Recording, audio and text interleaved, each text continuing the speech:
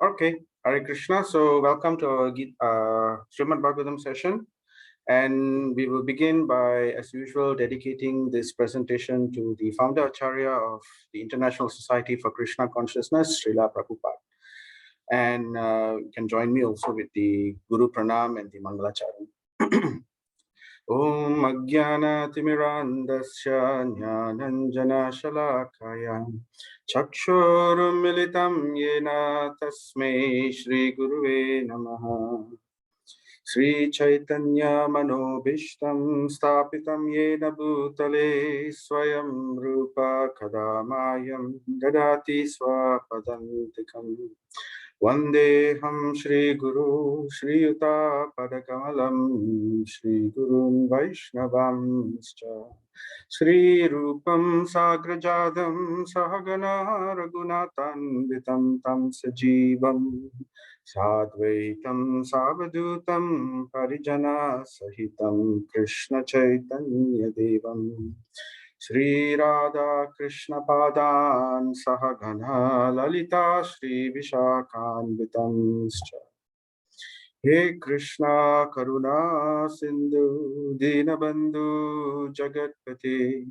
Gopesha Gopika Kanta Radha Kanta Namostute Takta Kanchana Gaurange Radhe Vrindavaneshwari Vrishabhanu Sute Devi Pranamami Hari Priye Jayatam Suratau Pangur Mama Manda Matirgati Mat Sarvasva Padambojau Radha Madana Mohano Divyad Vrindaranya Kalpadrumadaha Srimad Ratnagara Simhasanasto Srimad Radha Srila Govinda Devo Prastali Vihi Sevyamano Smarami Sriman Rasa Rasarambi Vamsivata Statastitaha Karshan Venu Swanair Gopir Gopinata Shriyestunaha Jaya Sri Krishna Chaitanya Prabhu Nityananda Shri Advaita Gadadara Shri Vasadi Gaura Bhakta Vrinda Hare Krishna Krishna Krishna Hare Hare Hare Rama Rama Rama Hare Hare Hare Krishna Krishna Krishna Hare Hare Hare Rama Rama Rama Hare Hare Hare Krishna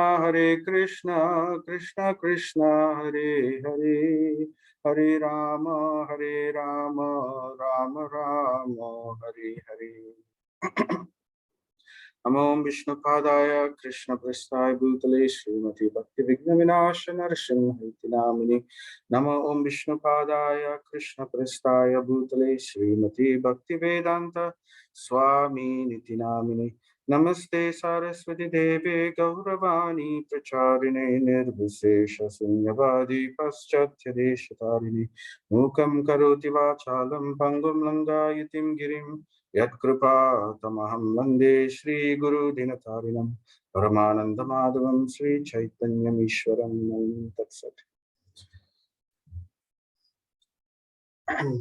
Narayanam Namaskrityam Naram Chaiva Narottamam Devim Saraswatim Vyasam Tato Jayam Udiraye Nashta Prayeshu. Okay. Before reciting the Srimad Bhagavatam, which is the very means of conquest, one should offer respectful obeisances unto the personality of Godhead, Narayana, unto Nara Narayana Rishi, the supermost human being, unto Mother Saraswati, the goddess of learning, and unto Srila Vyasadev, the author. Nastaprayeshu abhadreshu nityam bhagavata sevaya Bhagavati Uttama Slokir Bhaktir Bhavatir Daishtaki. By regular attendance in classes on the Bhagavatam and by rendering of service to the pure devotee, all that is troublesome to the heart is almost completely destroyed, and loving service unto the personality of Godhead, who is praised with transcendental songs, is established as an irrevocable fact. So this particular verse we covered it last week, and we will also be, the theme of this verse is also expanded in today's session. The entire chapter 2 is focusing on this. Nigamakalpatarorgalitam phalam shukamukadam ritadravya samyutam vivata bhagavatam rasam alayam muhuraho rasika bhuvi bhavakaha. Krishnaya Vasudevaya Devaki Nandanaya Cha Nanda Gopa Kumaraya Govindaya Namo Namaha Nama Pankajanabhaya Nama Pankajamaline Nama Pankajanetraya Namaste Pankajangre. That's it. So Hare Krishna everyone. Welcome back to our Gita session. Something is going okay. So welcome back to our Srimad Bhagavatam session. So the chapter is still chapter 2, Divinity and Divine Service. We'll do a bit of recap about what we've covered previous session so that we can come in context with what we're going to do today. So the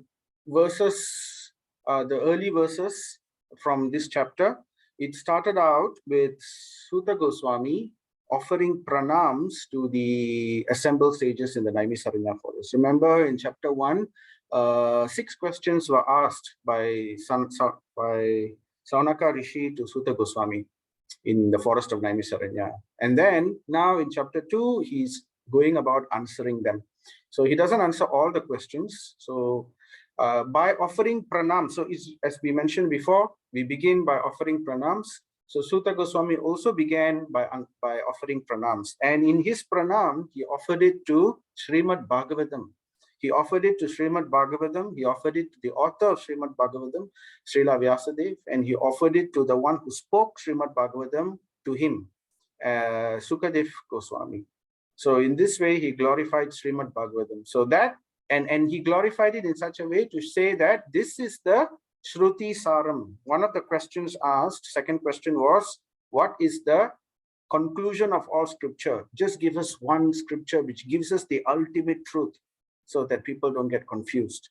So then Srimad Bhagavatam was glorified as that Shruti Saram. And then after giving obeisances, he went on to answer the first question, which is Shreya Janaha. What is all good for everyone in this world?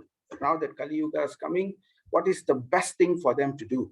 So therefore, we elaborately discussed this previously.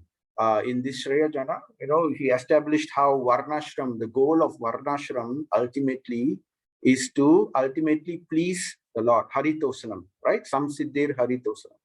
The goal of all duties is ultimately to attain the Supreme Lord. And to attain the Supreme Lord, there are different levels. So this we discussed in quite some time in the previous session. And after that, we also went into the third part of this chapter. So Suta Goswami then continues to talk about what will this Parodharma do for all of us. So the goal of Varnashram is to satisfy the Lord, okay?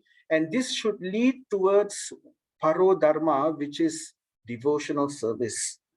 So what will it do for us? So that is what today's session is going to be. We started this previously 2:16 and we stopped at 2:18. So it will go on a little bit more. So I'm just going to do a little recap of this Hridaya Granthi. So what is this Hridaya Granthi and Karmani? Breaking the Hridaya. Hridaya means of the heart. Granthi means knot. So there is a knot in our heart, which is tying the soul to this body, forcing it to take birth after birth, and therefore karmani, to take part in various activities and get trapped in the cycle of birth and death due to karma. So we want to break this karma cycle. Karma alone is not eternal, right? We have Jiva, Ishvara. Bhagavad Gita talks about 5 topics: Jiva, Ishvara, Kala, time, right? The Lord, the souls, time, energy, material energy, and also karma. So amongst this, karma alone is not eternal. And why it's not eternal? Because it can be broken. Though it may seem eternal, we have gone through so many cycles of birth and death. So we don't even know when it started. So, but it can be broken. And how to break this knot in the heart? So therefore, it begins not with any other duty, any other dharma, varnashram dharma, all these things. It's only to come to the first level of trying to break this hridaya granthi and karmani. So it begins with Mahat Sevaya. We discussed this previously, 216. Mahat Sevaya. That means before one can even start with bhakti, where is this person going to get bhakti? So this bhakti cannot just appear in our heart. Very, very, very rare. There are two ways bhakti can appear in our heart, how it can take root. This bhakti is like a seed which enters into our heart, and once it takes root, it will grow into a tree of devotion, and it will produce pure devotional service to the Lord, and that will break the knot in our heart. So two ways we can get it. One is through the causeless, both are causeless. So one way to get bhakti is through the causeless mercy of the Supreme Lord. But that is very rare situations where we can get causeless mercy of the Supreme Lord just like that. It's like, you know, you go out in the street and then somebody gives you $1 million and say, this is for you, please take it. Is it possible? Yeah, it's possible. It may happen, but does it happen? So it doesn't happen so frequently. So that is like the causeless mercy of the Lord. It has happened in the past. Srimad Bhagavatam, for example, Sukadev Goswami, the speaker of Srimad Bhagavatam, received the causeless mercy of the Lord. He is one example of a recipient of the causeless mercy. There are other examples, but generally, it is this causeless mercy of the Lord parks it, he parks it in the pure devotees of the Lord. So that's why Krishna says, or Vishnu says, my worship is not so wonderful. The worship of my devotees is even greater. So by Mahat Sevaya means service of the great souls. Who are the great souls? The great souls are the pure devotees of the Lord. By Mahat Sevaya, service to these pure devotees, and we also talked about what those services are. For example, Vaku Seva, Vani Seva, service of the instruction, listening to what they say and following them, that is service to the great souls. And also direct bodily service, like serving them food and all that. So that is Mahat Sevaya. In some way, if one is able to please the devotee in some way, right, that will plant the seed of bhakti in our heart. So, Shushrusho Shradanasya. Shushrusho Shradanasya means Shraddha. The word Shraddha comes from the word bhakti, right?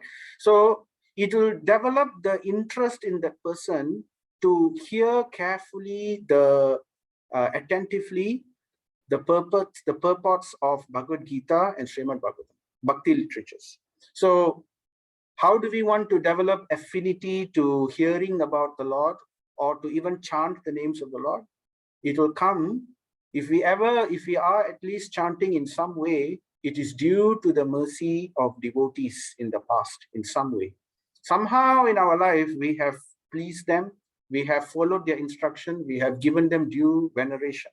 So that has translated into a desire to hear.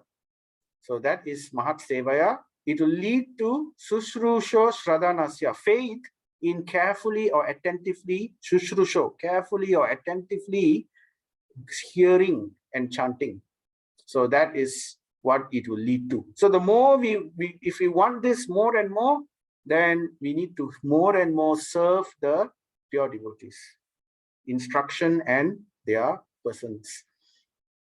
And as we continue doing Shushrusha Shradanasya, hearing, chanting, remembering various services, so as we do these things more and more, right, it will bring about Punya Tirtha Nishevana.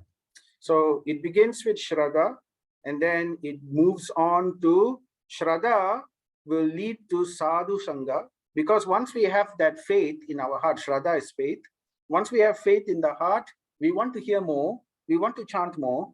And how to do this? So usually in the beginning, our faith is very small. So therefore we come to a congregation of devotees where we can hear and chant, and then we can learn from them. So this is Sadhu Sangha. And this also gives us more opportunities for Mahat Sevaya, which in turn gives us opportunities for hearing and chanting. So it's like a very suitable environment, right? You know, when we plant a seed to grow something, right? We put it in where we get the seed from? We get the seed from pure devotees. And where do we plant it? We plant it on the ground. But if you want to plant it on the ground has to be a fertile ground, right? It has to be a nice fertile ground. So therefore, Sadhu Sangha creates that nice fertile. Don't mind, Prabhu, I just mute you. Okay. And once you plant the seed, you just don't leave the seed. We have to water the seed. So therefore comes bhajana kriya, which is watering the seed or performing devotional activities so that the faith in our heart will grow. So this is basically verses 2:16 to 21. This entire chapter of breaking the Hridaya Granthi is talking about the 9 stages of devotional service. And we will go through that. So these are the first 3 stages: faith, Shraddha, association of Mahat Sevaya, which will lead to further strengthening our faith, which will increase our chanting and hearing and chanting. And this will basically is called Bhajana Kriya. This hearing and chanting, this Bhajana Kriya is hearing the 9 processes of devotional service, beginning with hearing and chanting, and it will lead to remembering. And these 3 things are never given up, even in the other sections of devotional service, such as Pada Sevanam, such as Archanam, Pujanam. While you're doing all these other things, hearing and chanting constantly goes on. Now, let us try to understand these 9 stages, and then as we go on through this topic of what will happen next, right? So now the soul, okay, here I'm putting the model of this light here, right? Just like how I mentioned before, jivas are part and parcel. All of us are part and parcel of the Supreme Lord. Now imagine the Supreme Lord as a huge, as the sun. Let's imagine the Supreme Lord as the sun. And all of us are part and parcel of the sun. So just like the sun has sun particles, light particles, we call them light particles. So photons, right, which are emanating from the sun. Or in other words, if you want a different example, we can look at it as the ocean and then a drop of water from the ocean. So we are part and parcel of that Supreme, having the same quality, just like a drop of water from the ocean will also taste salty. It is also able to create wetness, right? It is fluid. So it has the same quality, but it is small in quantity. So therefore, we are both Amsa and we are Prakriti. Therefore, we are part of Krishna. Therefore, we are called Amsa. And at the same time, we are also energy of the Lord. So Prakriti. And in this way, so here I'm taking a representation of a small particle of light, photon, right? Now this jiva, all of us, this jiva, we are here in this material creation because of 2 problems that we have had. So one is icha. Icha means desire or attraction. So we have had icha, we have misused our free will, right? Instead of serving the Supreme Lord directly, instead of falling in love with the Lord, instead of being in the service of the Lord, we looked at the Lord and we saw, oh, this person is so great. Instead of feeling that, oh, I want to be his friend, I want to be with that person, I want to constantly serve that person, so wonderful this person's quality. Instead of appreciating that, we have thought, let me also be such a person. Why should he only have these qualities? Why is he enjoying? I also want to enjoy. So because of this icha, this feeling of icha, right? And as it strengthens, as this feeling of, actually it starts with the root cause, which is envy. And this envy strengthens to this icha, desire. It becomes stronger and stronger. And as icha becomes stronger, we develop also its opposite. Because when we start to swing from one side to another, when we develop love, when we develop strong likes, we also tend to develop strong dislikes. So therefore, dvesha. So icha and dvesha, likes and dislikes. Now, both of these likes and dislikes become very strong. And due to this reason, we are not fit to remain in the spiritual energy, because the spiritual energy is all about service to the Lord. It's all about direct association with the Lord. So it's not possible to remain where we have icha and dvesha, likes and dislikes, which is separate from the Supreme Lord's interest.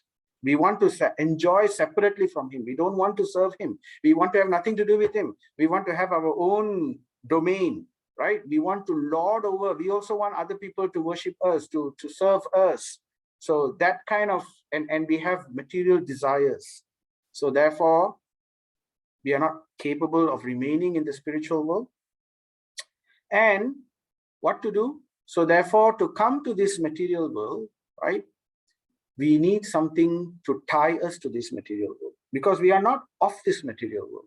Just like if you add oil into water, it won't mix, right? So in order to mix oil and water so that it's difficult to separate, what do? We want to make salad sauce. So we add oil and then we add a bit of lemon juice or whatever. So when you just pour it, it'll separate. You will see two layers. It cannot mix. So if the soul wants to enter into the material world to perform its various activities, it needs to be tied very strongly, tied to the material world very strongly. So how is it tied? This icha and dvesha, it brings about that knot which ties us down. What is this knot? This knot is known as ahamkara, which is the false ego. So the false ego is the culprit, which is tying us. It's the rope. The false ego is the rope which is tying us, which is causing us to be tied down to this material creation. Our soul cannot be free. And as we develop this false ego, right, which is tying us down, it also creates illusion, moha, because now we are tied to this material nature. And what's another name for material nature? Material nature is called maya. And maya means to create illusion.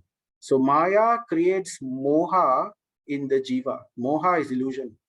So we think that we are this body. The illusion is we think that we are this body. We think that, all this is my family, this is my relationship, this is my house, my hands, my activity. And that kind of illusion is very strong, which grounds us in our materialistic life. And because we are tied to this material creation, we are covered with illusion. Therefore, we also adopt the nature of this material creation. The nature of this material creation is what? Basically, it is sattva, rajas, and tamas, the three modes of nature. This is the nature of Prakriti. The material creation has the nature of mode of ignorance, mode of passion, mode of goodness. So we adopt this nature in our illusion, and what it does, it works like this ocean. We are now dropped into this ocean, right? And we are dropped into this ocean, and we are floundering about in this ocean of material. This ocean is called the samsara sagara, the ocean of material miseries, where we are taking birth after birth after birth after birth, being tossed by the strong waves of the three modes of nature. So, when we are floundering in the ocean like this, the waves will come and toss us. And sometimes the wave is nice, a very nice wave. So that's the mode of goodness. And then sometimes a more turbulent wave will come, the mode of passion. And sometimes a more terrible wave, suck us down. So that is the mode of ignorance. So in this way, we are constantly tossed and tossed and tossed. And we go through the three types of miseries The Adi Atmika, the Adi Bhautika, and the Adi Devika. The misery is due to our own mind, the misery is due to other living entities, and the misery is due to the three modes of material, the misery is due to external elements such as natural disasters and basically our karma being served to us. So as we are floundering about like this, right, we are still trying to satisfy our desires. We are still going about. Sometimes we are in the mode of passion, in the mode of goodness. We want to do many things, right? And life is a bit better in the mode of goodness. But still, there is always birth, death, disease, old age. All this Adi Atmika, Adi Bhautika, all this comes. So, therefore, to this jiva, right? Somehow, if he is so fortunate that he is able to get that seed of bhakti, right? How can he get that seed of bhakti? He must, first of all, have a little faith, right? He has to have a little faith. And how to get that little faith? So that little faith is it is born out of some kind of mahat sevaya, service to the pure devotees. Either we have done so a little bit in the previous life, doesn't have to be pure devotees, in devotees in some way. So, somewhere in our life, we have given some money to the temple for some service, or we have, appreciated prasadam in a nice way. Somebody has given us prasadam and we have said, wow, so nice. So just by saying so nice, just by appreciating the prasadam, that shraddha, that faith is attracted in our heart. Or, somewhere we go, we see the deities in the temple, we say, oh, Lord Vishnu, he's very, very majestic. So just by appreciating like that in our mind, it creates more. So that's why the culture of appreciation is very, very important, especially when it's in connection with devotion. So it becomes very powerful, right? So that increases our faith. And as our faith increases, it's like the floundering man, the person is on the ocean. When he realizes, when he has faith, then he mixes with sadhu sangha. He'll be attracted towards that type of circle of friends or circle of association. So when there's a little faith, there's some natural inclination. They will want to go to the temple. Maybe they feel like they want to attend a festival. Their friends may say, don't go. But somehow they may say, okay, I want to go. Let me just go. Something in their heart, there is some attraction. So then they get sadhu sangha. They somehow get connected to some group. They attend the Sunday feast. They hear Bhagavad Gita. They do some service. So sadhu sangha, it plants the seed in their heart, right? So and this is like the man in the ocean. Because now he realizes, okay, there are some things I need to cry out. I'm in the ocean. I'm going through this misery. Why he's realizing this? Because either by his own experience or he has heard in the class. So Shravanam, right? Shraddha leads to Bhajana Kriya, performing services. But the first of all is to hear. And when they hear, right, they realize their situation and they cry out for help. So when they cry out for help, Krishna throws this hula hoop, or what do you call this? Life buoy. When somebody is in the sea, they throw this thing. I'm not sure what it's called. It's a life buoy or something, which people can hang on to. So this bhakti yoga is given. This seed of bhakti takes root in the heart. And bhakti yoga is that the person starts to take up this bhakti yoga. So it acts like a savior. It acts like a life buoy, or it acts like a boat. Bhagavad Gita gives this example as a boat. What's the particular word it's used? So in chapter 4, I forgot the word, the Sanskrit word. But it acts this when we hear, we develop some knowledge, we start chanting a little, it acts like a boat for us to at least hold on in this ocean of cycle of birth and death, material miseries. So it gives us some relief in the heart, and it tells us what we need to do. It gives us some kind of direction. So as we perform this more and more, it will lead to bhajana kriya. So the plant, the seed is already planted in our heart. So how do we water this seed? So watering the seed, 9 processes of bhakti, but let's not talk about the 9 processes. Prabhupada has very nicely summarized these 9 processes in what he calls the ABCD of devotional service. So very easy. We just have to do this ABCD. So A is we keep associating. A for association. As much as possible, try to spend time with devotees. Hear from them, serve them, accordingly. Association. At least some time in a week, we should have this program where I would like to do this. So association, right? And B for books. So Prabhupada has written all these books. So books is basically hearing, right? So books and hearing lectures and so this is association and books. And this will naturally lead to C, chanting. So hearing and chanting, which arises due to association. So if we don't associate, then we will not have the drive in the initial stages, at least when our bhakti plant is very small. We just planted the seed. Many things can grow, the weeds can grow, so many things can happen. The seed may not sprout. So we need to constantly be in fertile ground for the wheat, for the seed to sprout. So therefore, then we will continue. Somebody will remind us, oh, you didn't water your seed today. Can you water? Tomorrow, make sure you water. The day after also, make sure you water. So people will keep telling us, right? Chant, hear more. You should hear this class. Oh, you should hear that class. Or you should try to chant better. So this is bhajana kriya. As we continue doing this, right? Then what happens? So then we go to, so we are still recapping. Apologies for the long recap, but I'm presenting it in a different way in these 9 stages of bhakti so that we can see a continuity as we go on in the other verses in this particular section. So as we do Shraddha, Sadhu Sangha, and Bhajana Kriya, right? What happens? Gradually, our heart, the seed grows, it sprouts.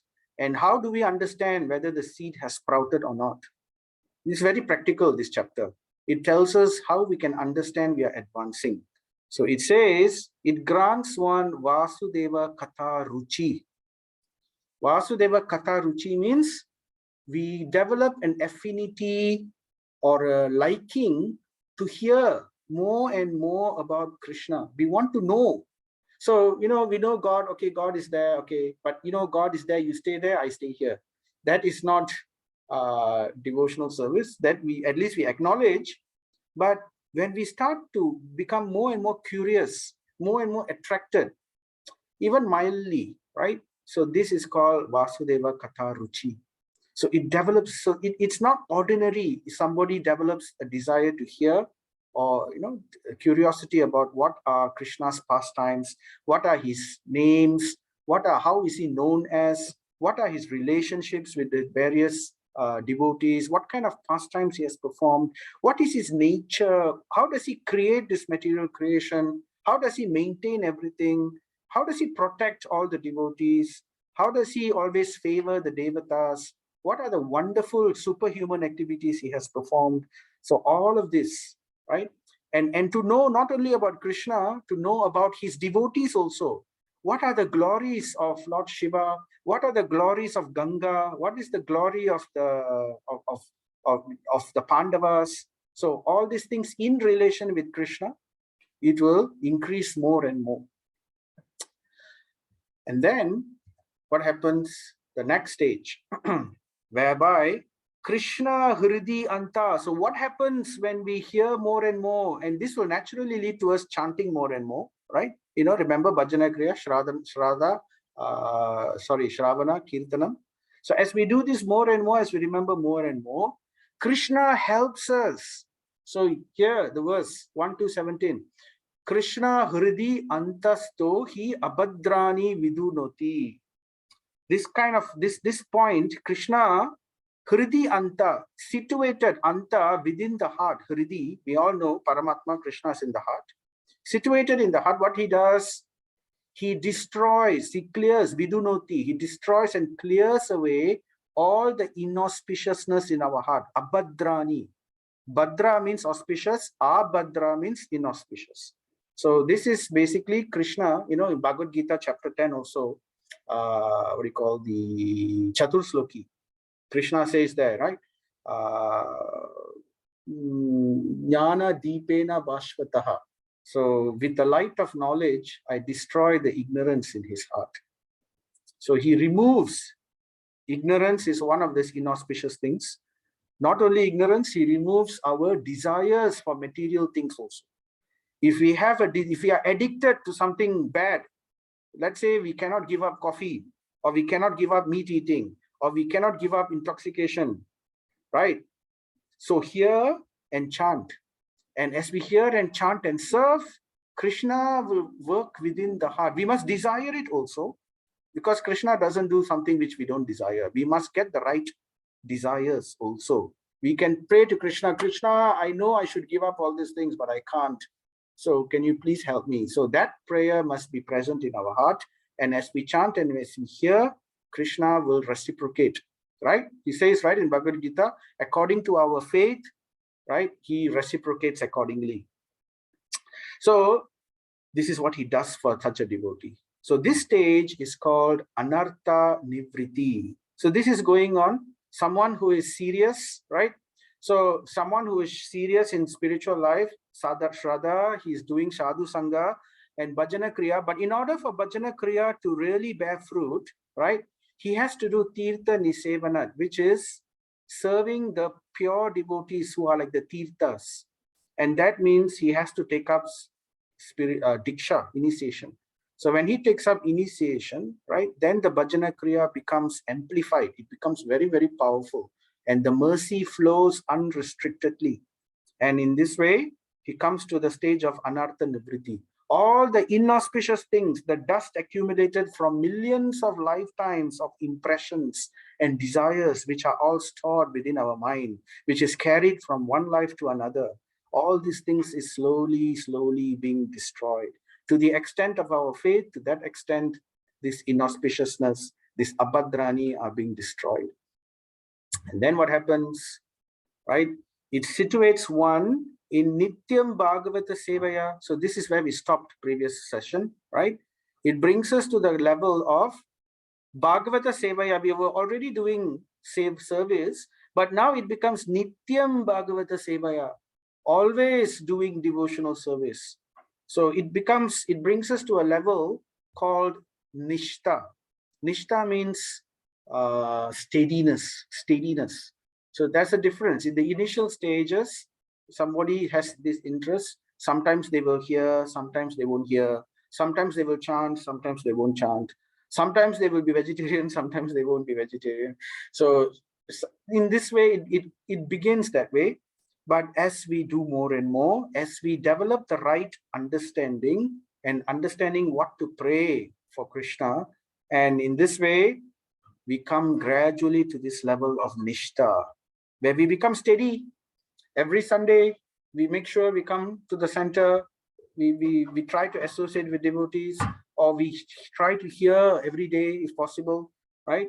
Lectures of so many sannyasis, maharajas, gurus in ISKCON. Srila Prabhupada's lectures are there. Every day we can read Srila Prabhupada's books or recite a verse of the Gita or Srimad Bhagavatam. And of course, Kali Yuga Dharma, most importantly, every day we should chant a fixed number of rounds. So this, if we are doing this gradually, right, steadily, then it comes to this point of Nishta. So it's, and one becomes fixed in devotional service. His motive is fixed. His goal of life is fixed. He may be floundering, but slowly, slowly, it is becoming steadier and steadier and steadier, right? Until it becomes completely fixed. He cannot be deviated. Nothing can deviate because he's very fixed in his sadhana. So what happens then? Thus allowing, so at the stage of Nishta, this is when miracles, amazing miracles start to happen. So we will talk about that, right? Thus allowing Bhagavati Uttama Sloke Bhaktir. So what is this? Bhagavati Uttama Sloke. So it brings us to the level where we can now perform real pure devotional service. So devotional service, there are two stages, right? One is practicing devotional service. So we are all not yet devotees. We are all practicing to become devotees. We are learning to become devotees. So, and up to the stage of Nishtha, we are still practicing. And then only we practice real devotional service, right? It becomes pure because initially it's mixed with karma, it's mixed with jnana, desires for, I do this, but Krishna, you also do this for me, okay? So this kind of desires may be there. Desires, inadvertently, we may be duplicitous in our behavior, say one thing, but act in another way, smile at somebody, but in the heart, you're saying that, this person I don't like. So duplicitous, kutinati. So these are some of the weeds which may come. And inadvertently, we may still be hurting others. No, we may be vegetarian, but vegetarian is meant to create mercy in our heart. So, but mercy means it comes from ahimsa. And ahimsa is at 3 levels: mind, words, as well as deeds. So being vegetarian is in terms of deeds. We don't do it. We don't kill animals. But if we still use our mouth to say hurtful things, then there is still himsa in the mouth, in the words. And if we think negative things, then it's himsa in the mind. So therefore, we have to slowly come to this point, right? Of bhaktir uttama sloke bhaktir. So when we perform devotional service for the pleasure, so it's not for any other purpose. We don't want to do devotional service, not because we want puja. Oh, people will glorify us. Oh, you're so wonderful. You're so this, you're so that. No, we don't want that. If we want that, they're very, very stupid. Sorry to say, because we are getting something and we are exchanging it for a useless thing. So therefore, puja, we don't want puja. And we don't want kutinati, we don't want jiva himsa, we don't want puja, we don't want labha, which is gain. Some people, they, in the beginning, inadvertently or advertently, they may perform devotional service because they think I can gain some name, position, respect, all those things which they never gained in their material life. They may think, okay, if I enter my spiritual life, I may get these things. So if we come with that consciousness, it's still good because we're still performing bhakti, but it's not pure devotion. So, ananya bhakti. So when we come to the stage of nishtha, then this becomes very well developed in our heart. So now back to this model. So we have this devotee who's floundering in this ocean. He has got some bhakti. He has, performing bhajana kriya, the ABCDs very nicely. Anartha nivritti is going on. So as all this is happening, his boat becomes larger and larger. This boat is the transcendental knowledge. So the knowledge that he gets from hearing, and also the knowledge which gets by Krishna revealing it within his heart, the realized knowledge, the vijnanam, so that will increase the size of this boat. A small boat in the middle of the ocean is not very comfortable.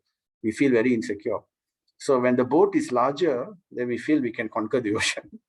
So, and at the same time, as this anartha nivritti is going on, sometimes the ocean becomes very turbulent.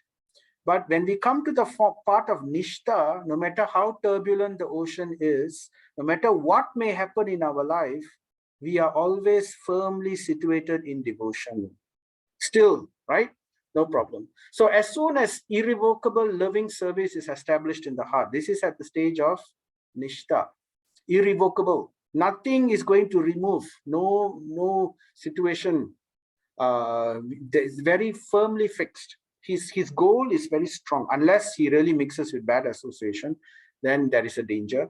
But as long as he is following ABCD, right? Association, hearing, chanting, the D for diet, I forgot to mention. D for diet, eating prasadam, purifying us, getting that extra vitamin boost to purify ourselves. D also is some people like to say deity service, deity worship. So by serving the deity, so A, B, C, D. Anyway, so as soon D for dancing also, so dancing in kirtan. So as soon as irrevocable loving service is established in the heart, what happens? So here miracles start to happen. What are the miracles? So remember, we have the jiva stuck in this ocean. He has this complex where he has this icha, desires, dvesha, aversion, moha, illusion, which is all tied together with the knot of ahankar, ego, right? And tossed by the three waves of sattva, rajas, and tamas, the three modes of material nature. So as we are performing this devotional service, right, this what happens when we come to the stage of nishtha? The effects of nature's modes of raja and tamaha, such as kama and lobha and others. What is this? So the effects of the three modes. So it's saying as we perform devotional service more and more, the three modes of nature and its effects, right? What are these effects? Example, lust, kama. Kama is lust. Lobha is greed, right? We have 6 problems in our heart. Kama, lobha, krodha, anger. And then we have moha, illusion, mada, madness. And then we have envy, matsarya. So these things will gradually, what happens? Krishna says here, Sutta Goswami says here, it disappears from the heart. Verse 219. The effects of nature's modes of raja and tama, such as kama and lobha. So the lower modes, you can see here the mode of ignorance. We come out of the mode of ignorance. The mode of ignorance is gone. And as we perform more and more, the mode of ignorance completely goes away. And we also lose the mode of passion, because mode of passion is also the lower mode.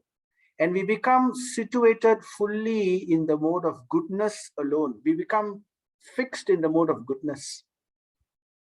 Because in the beginning, it is cyclic. Sometimes we are in the mode of goodness, sometimes we are in the mode of passion, sometimes we are in the mode of ignorance. So that's why the 4 regulative principles are meant to bring us to the mode of goodness, right?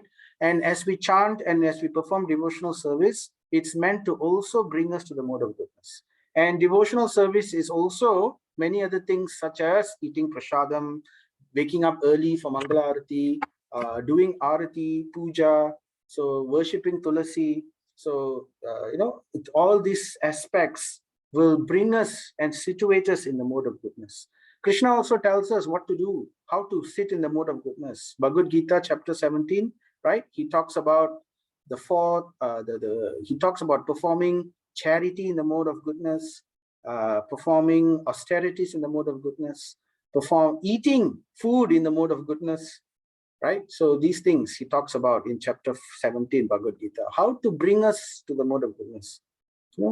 So therefore, that will situate us one in the mode of goodness completely. And when one is situated in the mode of goodness mostly, then because the mode of ignorance and the mode of passion has disappeared from the heart, right? His heart becomes open, becomes sensitive to tasting the taste of devotional service. So initially, he's not able to taste it because so many, it's like, when we want to taste the vegetable, we take a vegetable, we want to cook the vegetable. If we put too much, let's say you cook the vegetable with ketchup and mushrooms and heavy kind of seasoning. So lots of chili, lots of salt, lots of sugar, lots of vinegar. So all these things we put inside and then we cook it. So mode of passion, mode of ignorance is very strong. So you cannot taste the taste of the vegetable very much. In the end, when you eat the preparation, it's covered. The taste of the vegetable is covered. So therefore, mode of ignorance we let go. Okay, all this ketchup and mushroom and all that we throw away slowly. So then we come to, we reduce the amount of spice. So no, not so much of chili, not so much of sugar or salt or sour agents. So then we can slowly develop we can realize the taste of the vegetable. So that's why in the mode of goodness, usually the type of food is rather bland. So, you've tasted sannyasi food, but that doesn't mean we have to be like that. Now we have to take it stage by stage. Remember, this is marathon, not a sprint. So therefore, here it's talking about a very high level called ruchi. So at this level, all these lower modes have already disappeared. So the ruchi, the taste for devotional service becomes apparent, and we start to notice it very strongly. Even now, in the lower stages also, sometimes we can taste, right? Sometimes in a kirtan, we get very moved in our heart when we see the deity so beautiful, the deity darshan, we get very moved in our heart. Or sometimes we hear something, somebody is saying a beautiful pastime, or how wonderful Krishna is doing something. So it may move us, or most of the time we get moved because the prasadam is so wonderful. Oh, the prasadam is so tasty, and then tears come from our eyes, so nice. But usually it's due to spice. But anyway, so this is at a different level. So we become sensitive. Ruchi, taste develops. And when taste develops, we develop hankering. We want to hear more and more. It's natural, isn't it? When we have taste, we want more. So this kind of greed for more taste of spiritual nature, this is not ordinary greed. It's no longer called lobha. It is now called laulyam. Srila Rupa Goswami describes all these things very detailedly in the Nectar of Devotion. So laulyam, this is the intense greed to hear more. I want to do more service. At this stage, they don't care about other devotees. Sometimes in the beginning stage, we may feel, why are devotees not helping us? Why nobody else is doing this service? Why I'm only doing this service? So this is not really in the best of consciousness, because we must understand devotional service is for our own purification. So we don't want to think about other people's. It's good if we can engage them, but we don't want to be negative about that. So it's for our own purification. If we have the opportunity, engage in it. So, and that's wonderful. So therefore, ruchi, right? The sadhaka, the one who is performing this devotional practice, he develops taste. And as he develops taste, he intensifies. He becomes greedy. Every opportunity he wants to grab. If he's not able to grab, he becomes very regretful. He starts lamenting, oh, I'm so unfortunate due to all this. I'm not able to do this service, or I'm not able to perform this, or I'm not able to give more of myself. So he starts to lament. And at the same time, when he does get the service, he appreciates it very much. He does the best he can do of that service. It's not half done for the sake of doing. It's done really for the pleasure of Krishna. So this is devotional service situated in the mode of goodness, pure goodness, right? Sattva. It becomes very steady. So what happens then? What happens then is his illusion disappears. Because when one becomes situated in the mode of goodness, Krishna says in the Gita, the mode of goodness is described as illuminating, right? And when there is illumination, there is no ignorance. So then moha or illusion cannot really stay. Because his eyes have become opened, he develops jnana chakshu, the eyes of knowledge, right? Or Veda chakshus, the eyes of scripture. He develops this kind of eyes where he's able to see through illusion. So that is a very important point. So moha disappears, you can see. So what happens when moha disappears? Then the devotee is titam sattve prasiddhati. He becomes established in Suddha Sattva, pure goodness. And he becomes prasidati, satisfied. He has no longer material hankerings, right? He becomes satisfied. The hankerings, the desires are still there, but it's no longer a hankering. So this stage is called Ashakti, attachment. So his entire motive and goal has completely switched 180 degrees. No longer trying to serve himself, no longer trying to satisfy his senses, no longer trying to lord over matter, no longer thinking about his false ego so much. So now he's all focused towards serving the Lord, attaining the mercy of the devotees, attaining the blessings of the devotees, he tries to act in such a way that Krishna would want to look at him. So he develops all the ornaments of a pure devotee. So this is a very nice stage, Ashakti. And at this stage, right, what happens? He transcends the three modes. So we have to come to the stage of goodness first and become fixed in the stage of goodness. And from there, transcendence happens. We are able to jump, leave the three modes, transcend the three modes. And how does this happen? It happens because as we come to the stage of Ashakti, both Icha and Dvesha simultaneously have been reducing.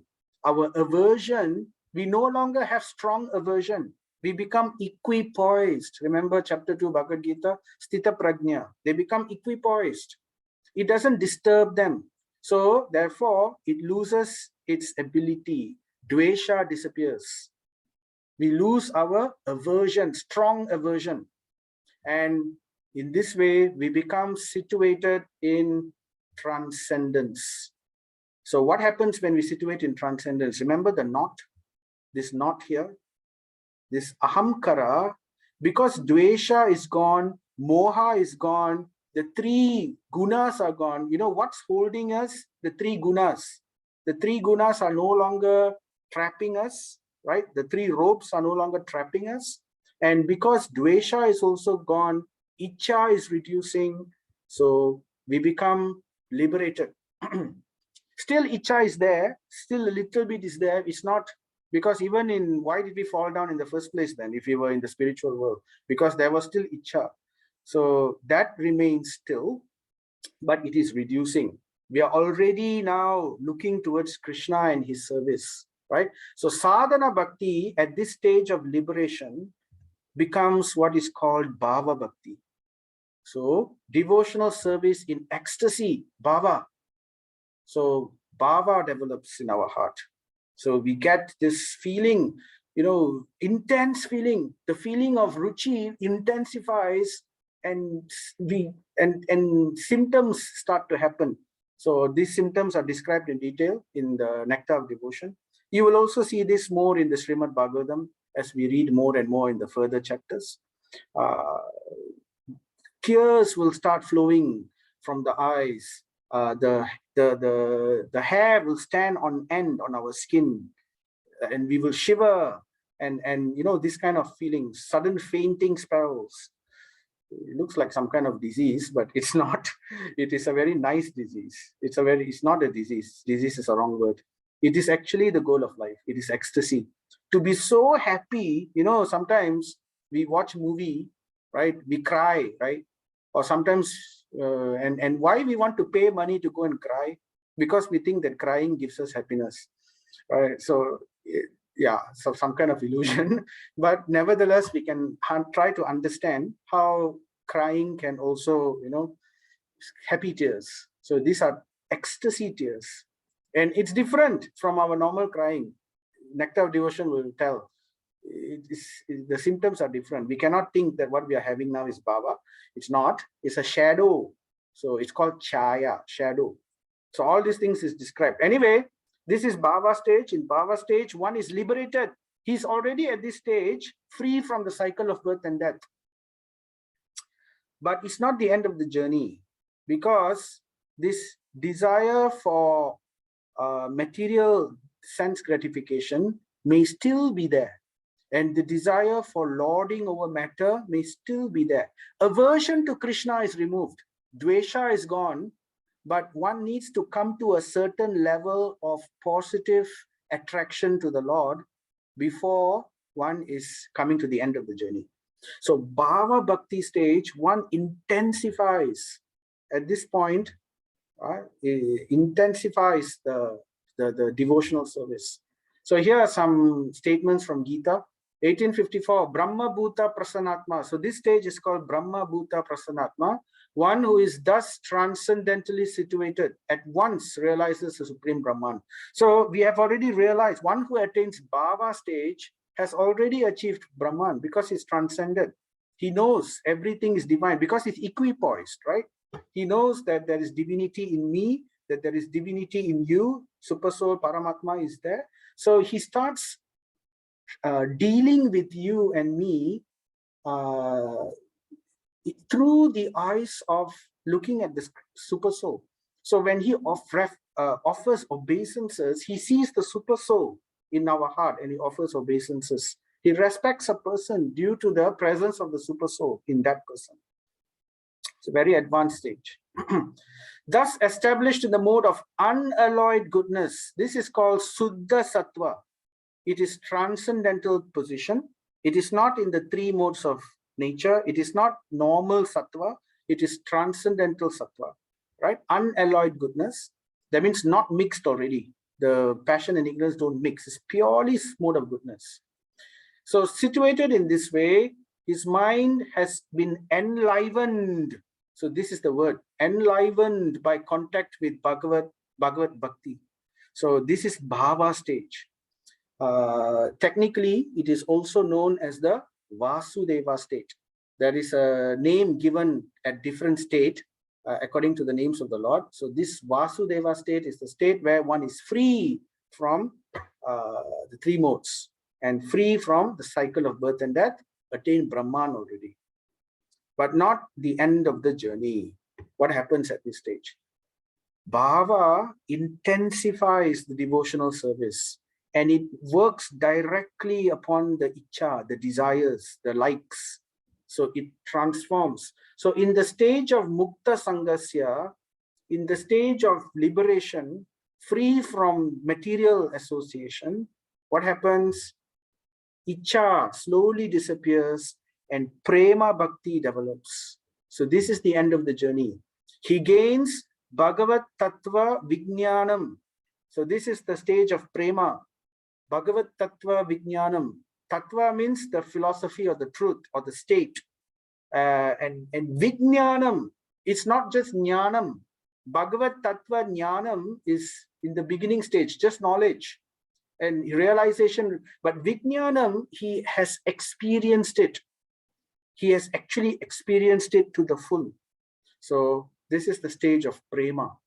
And the stage of prema is the goal of life. Preman Pumarto Mahan, forgot that verse. Prema Pumarto Mahan. Krishna Prema Pumarto Mahan. The goal of life is to attain prema for the Supreme Lord. This is the end of the journey. This is what devotees aspire. They want to develop Krishna Prema.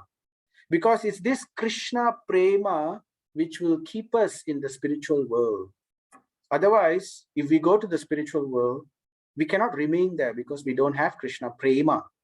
So when we don't have Krishna Prema, then again we will develop Icha. And when we develop Icha, Dvesha will come. And again we will fall down to the material world. So this is what happened to us in the first place. So therefore, the only way we can be completely freed of falling down is if we develop prema. So that's why Krishna wants us to develop this prema. So prema, so this picture I'm putting here, this is Mirabai, story of Mirabai. And this is Tukaram, Saint Tukaram in Maharashtra, who was very, very devoted to devoted to Panduranga, some form of the Lord. They have all developed prema. And Chaitanya Mahaprabhu, he himself came down, the Lord came down just to show these 9 stages of bhakti by his personal example, right? His early life, and then his midlife, and then his later life, his pastimes, he showed. So people don't get cheated about, what is real devotion. They understand real devotion properly. So that Krishna in Bhagavad Gita says, surrender unto me, right? And I will save you. So how to surrender? So Chaitanya Mahaprabhu came down to show by his own example, the perfect example of how to surrender. And he shows the stages of devotional service. So if you read his pastimes, we can understand more details about these stages of devotional service. So thus we have now coming to Bhagavatam, verse 21. Therefore, what happens, right? This entire 9 stages, right? This Shraddha, Sadhu Sangha, Bhajana Kriya, and then this what you call Anartha Nivritti, Nishtha, Ruchi, Ashakti, Bhava, Prema. These are the 9 stages of devotional service, stage by stage, right? And what happens, right? Thus, the Hridaya, these stages describe the breaking of the knot. The Hridaya Granthi is pierced. Thus, the Hridaya Granthi is pierced. So this Hridaya Granthi is very beautifully, poetically described in the Bhagavatam as the knot in the heart. This knot in the heart. What is this knot in the heart? This knot in the heart is this ahamkara, this false ego, which is tying the soul to continuous repeated cycle of birth and death in this material world, which is this ahamkara. The basis of this ahamkara is this icha and dvesha. So if we can remove our aversions and we can transform our icha, our like towards laulyam, intense desire for service for Krishna, then what happens? This ahamkara can be broken. And this is the process of it. And after breaking it, going towards Krishna prema. So these are the 9 stages of bhakti. So therefore, thus the Hridaya Granthi is pierced, right? Is cut away. And all misgivings are cut to pieces. So the more we hear, the more we practice. So this is, but spiritual devotional service is not theoretical. We can practically experience it, right? There is a verse in the Gita which says, forgot that verse. It's practically experienced. It's one of the Chatur Slokis, I think. Can't remember now. But anyway, that verse says it's pratyakshagama. Can't remember. So anyway, that particular verse, it says that this devotional service is practically experienced. So, we don't say that you just do and you can't feel it. There are many devotees who have gone through these stages and who have practically experienced these things. So, and we hear about them also in scripture, and not only in scripture. We can say, 5,000 years ago, hundreds and thousands of years ago, in a different yuga, they did all these things. But what about now, Prabhu? Now, Kali Yuga, we are all like this. So therefore, Chaitanya Mahaprabhu showed in Kali Yuga how all these things were experienced. And this is the Yuga Dharma for Kali Yuga. And Prabhupada came and showed recently, you can say 500 years ago, that's so long ago, I can't even imagine 500 years. So then you can say, well, Prabhupada, less than 100 years ago. Then you may say, okay, but Prabhupada, I don't see Prabhupada anymore, but we still have his disciples, so many wonderful devotees who are continuing this movement, and they are all showing this example. Very beautiful. So we can see this and learn from their understanding.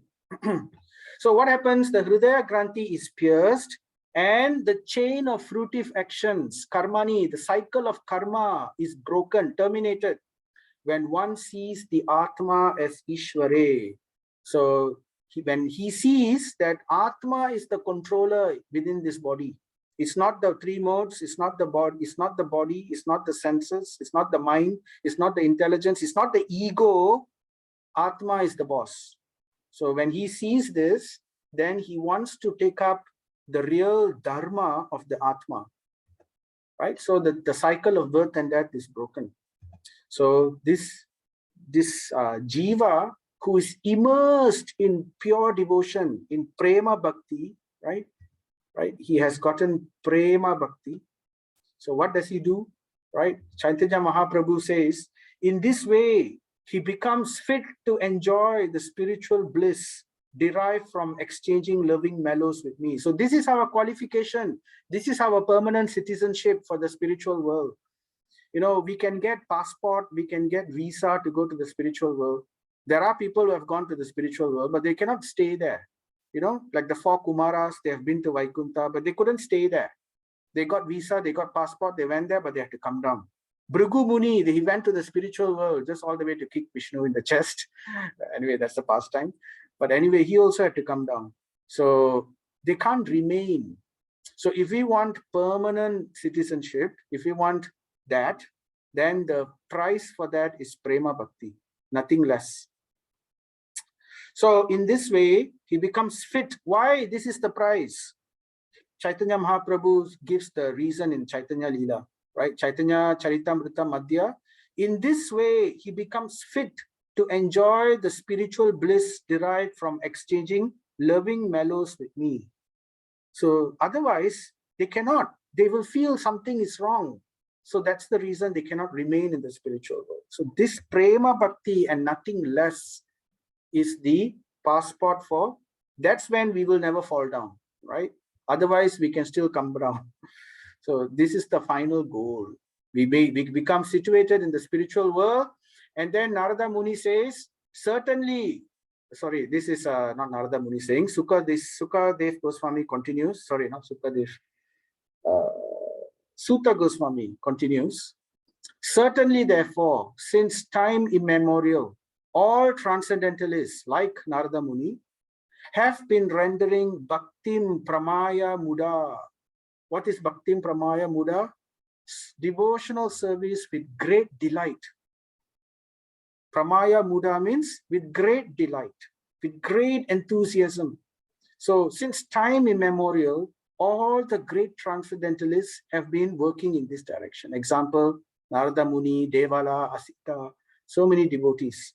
Ambarish Maharaj, Sukadev Goswami, Vyasadev. So they've all performed this Bhaktim Pramaya Muda with great enthusiasm. The Pandavas, right? Bhaktim to who? Very important. Great enthusiasm, devotional service to who? To Vasudeva Bhagavati, the Supreme Personality of Godhead, who is the son of Vasudev, Krishna. So that there is no confusion. Because such devotional service, why do they do this? They are not interested in liberation actually. Such transcendentalists, because Brahman realization can be easily attained, right? But this transcendentalists, they know that the only thing that can really satisfy the soul is Atma Prasadanim. Really satisfy the Atma is devotional service. So that is the reason they perform, for the pleasure of the Supreme Lord. So this is the topic on breaking the Hridaya Granthi, breaking the knot in the heart. So I'll just go on to 3 more verses before I stop. So this verse, we have talked about, this chapter is called the divinity and divine service. So we have talked about divine service. So now, because this verse says to Vasudeva Bhagavati, right? Now we talk more about this Vasudeva Bhagavati and in relation with what we have talked about also previously. So it will now speak a little bit more about divinity itself. So divine service has already been covered. So this verse, I like to say this verse, important verse. Sattvam Rajastama iti prakrite gunastair yukta paraha purusha eka ihasya date sthiti adaye hari virinchi hariti samnya shreyamsi tatra kalu sattvatanur nirnam syuhu. So the verse here, the first verse, the first 2 lines, the Parapurusha, the Eka Parapurusha. Remember here, Yukta Parapurusha Eka. So Eka means one. So there is only one Parapurusha. There are not many gods. There is different Purushas, you could say, different enjoyers, but there is only one Eka, Para, ultimate Purusha. So here's another evidence, very clearly described in Bhagavatam. about who that ultimate Parapurusha is. The Eka Parapurusha is indirectly associated with the three modes of material nature, namely Sattvam, Rajas, and Tama. So Sattvam, Rajas, Tama iti prakritir gunastair. So Krishna, son of the Vasudev, right? Son of Vasudev, Krishna, is indirectly associated with the three modes. He doesn't directly associate with the three modes because all of these must come from the Lord. Everything comes from the Lord, right? Even darkness comes from the Lord. What is darkness? Darkness is the back of the Lord, right? When Krishna turns his back, that is understood to be darkness. So everything comes from the Lord. So including the three modes, but it is indirectly associated with the Lord.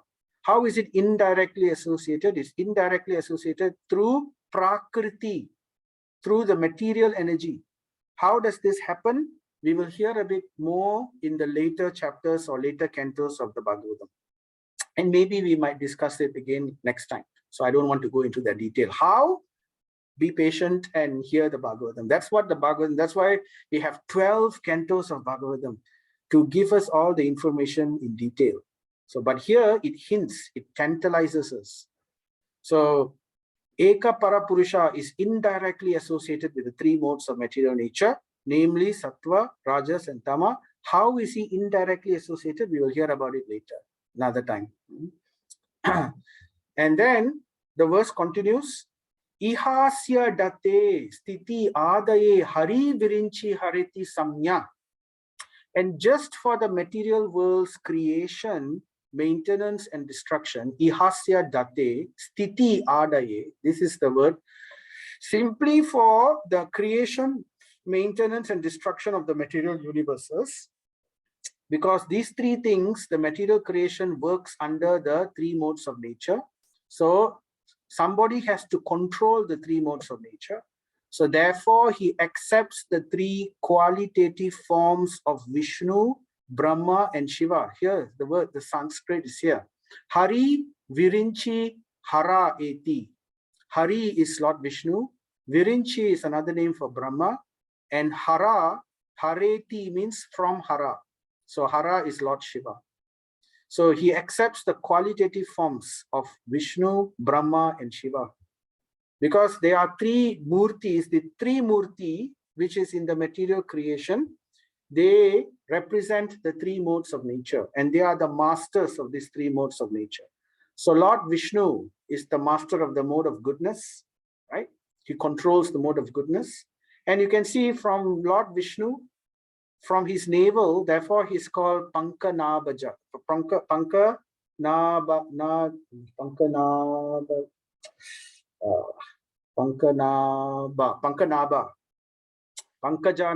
Pankajanaba. So from the lotus navel of Lord Vishnu comes Brahma. Brahma is born. So from goodness, everything has to start from goodness. From goodness, right? Lord Brahma is born out of it. So he, Brahma, Virinchi, controls the mode of passion. Because to create something, one needs passion. So therefore, the Lord Brahma, born of the mode of passion, born from the mode of goodness, from the lotus of Hiranyagarbha, he actually creates this material universe, this single universe, he creates it. But in the material world, nothing remains forever. So it has to be dissolved, it has to be destroyed. And from Brahma's anger, there was a pastime, how one day Brahma becomes, in the beginning of creation, Brahma becomes angry with the Sanat Kumaras because they don't want to follow his instruction. So out of the anger of Brahma, from the forehead of Brahma, what happens? This anger manifests itself as Lord Shiva. So therefore, Lord Shiva is born from Brahma's anger. But though Lord Shiva is born from Brahma's anger, he is greater than Brahma. He is actually eternal. Brahma is not eternal. Sometimes he is eternal. Because if you see this verse, Krishna says, And just for the material world's creation, maintenance, and destruction, he accepts the three qualitative forms. So here it indicates that the Supreme Personality of Godhead, he takes the form of Vishnu, he takes the form of Brahma, and he takes the form of Shiva.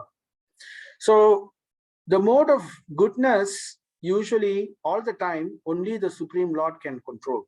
Nobody else. The jivas cannot control the mode of goodness. So always Lord Vishnu is Vishnu Tattva. But Brahma, sometimes in some universe, the Lord himself incarnates as a Brahma. Brahma is a post, right? A position of the creator of the material universe. Brahma incarnates himself as the, the Supreme Lord incarnates himself as Brahma sometimes. But in our universe, usually Brahma, our universe is a small universe. There are different sizes of universes also. You know, the concept of parallel universe, it's true. The parallel universe concept comes from Srimad Bhagavatam only. There are many universes. And in every universe, there is a Brahma, there is a Vishnu, there is a Shiva. And in every universe, there is Indra, there is Bhuloka. So the parallel universe is there. So he comes this way.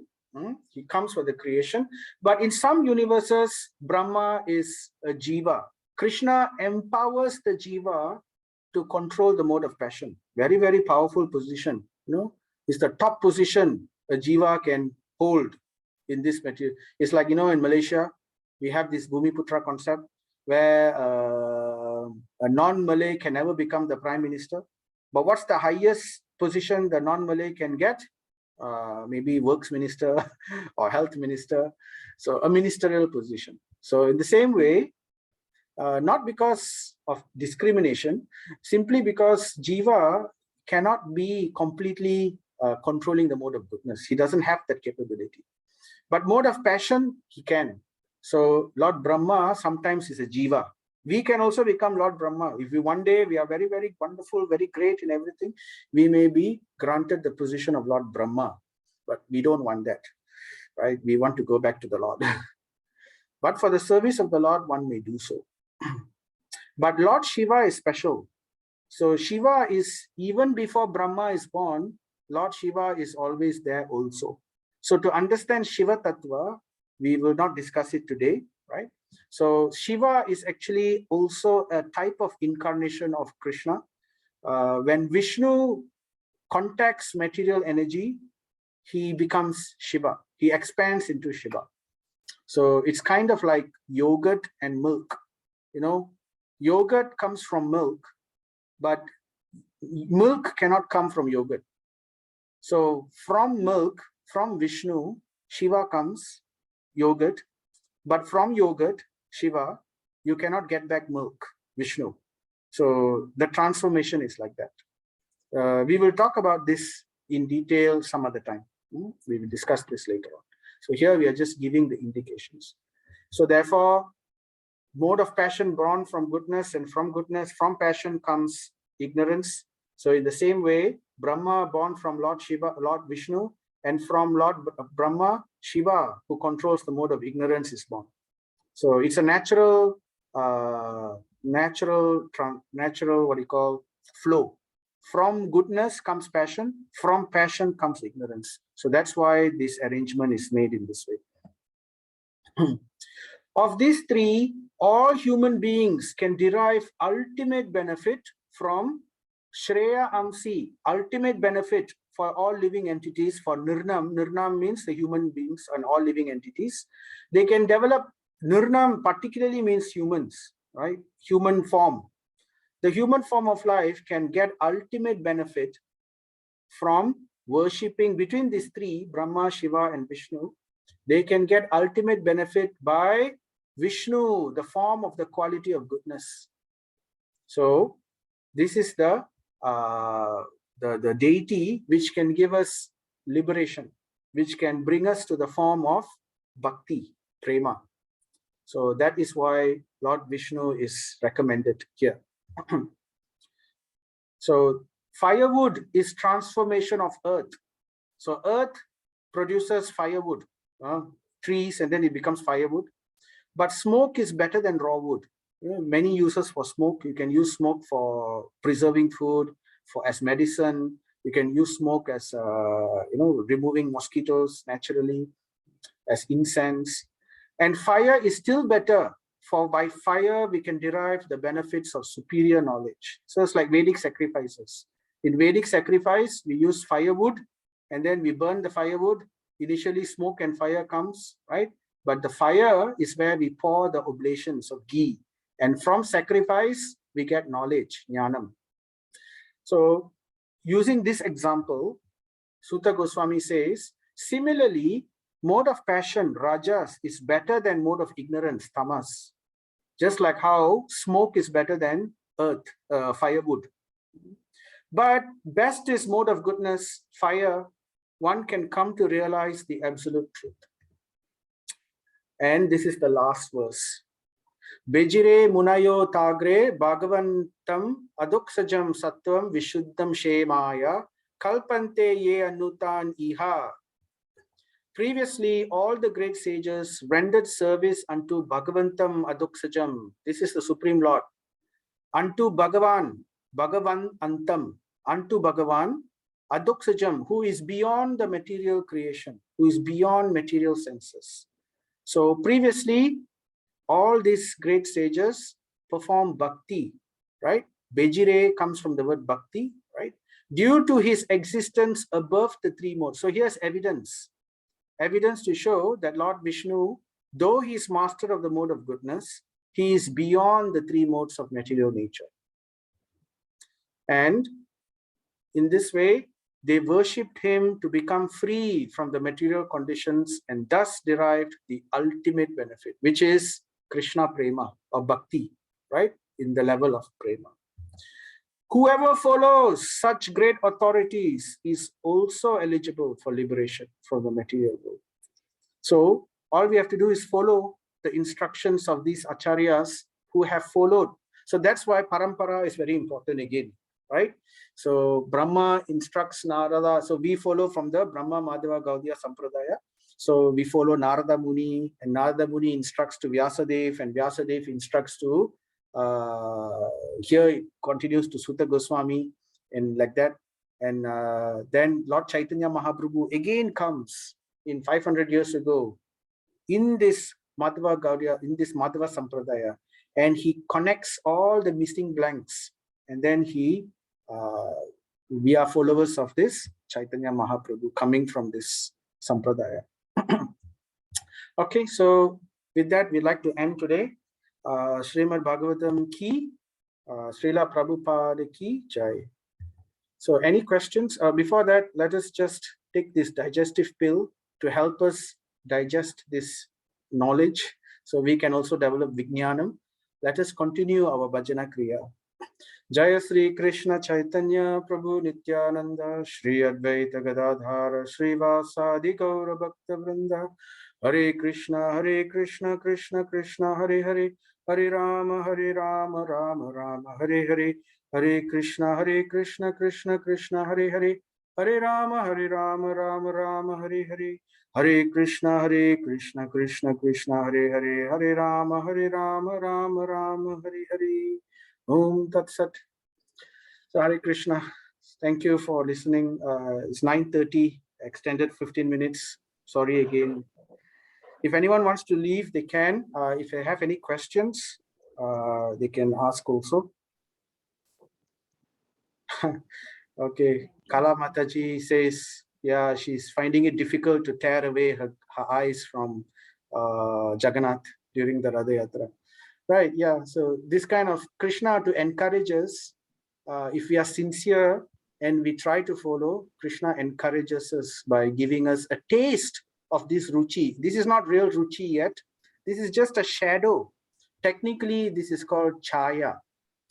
Rupa Goswami describes. It's a shadow of that taste. And this shadow is even experienced even now, even in the lowest stages also we can develop.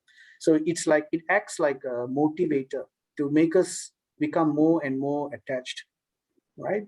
And as long as we don't commit aparats, we don't make mistakes such as that, then this chaya will continue to come as we perform our devotional service. Ecstasy will come. Any questions, anybody? Anyone?